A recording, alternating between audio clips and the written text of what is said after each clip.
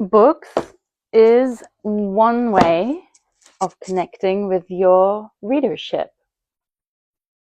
Hi, I'm Florence, and I wrote this book baby here on the mark, A History of Punctuation from Ancient Egypt to the Emoticon.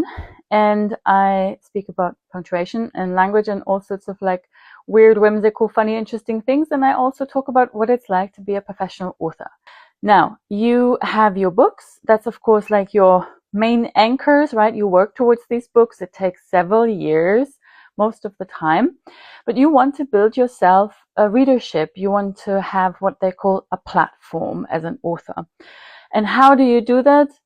Different ways, lots of work, lots of detail, but one of the main ways authors do that nowadays is a newsletter. So what does a newsletter need to do? In my opinion, it needs to do three things. One is to create a community, engage with readers. Readers can comment, readers read what you're up to.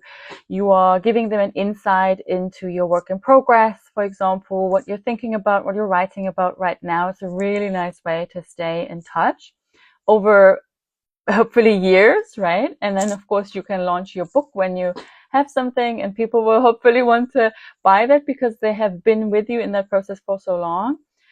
Secondly, it helps you get word out about your stuff. So most writers, of course, kind of have their niche, that the field of work that they like to write in and research in. So you're kind of establishing yourself in that field, and you also just get stuff out, get word out, right? If you just, keep everything in your drawer, nobody's going to know you, right? And the third thing, which I think is really important and helped me write my second book actually, is it makes you write. So depending on your availability and your aims, you want to send a newsletter maybe once a month, twice a month. Some people send it once a week, for example. Other people much, much, much less. For me, I settled on twice a month. I didn't always hit that goal, but it was something in my mind that helped me write and produce. And a lot of the newsletter texts have actually made it into the book in some form or other. So here's the newsletter. I will make another Substack dedicated post, but I just wanted to show you the kinds of stuff that I am posting on here, trying to have a similar vibe in terms of the photos as well and the headings.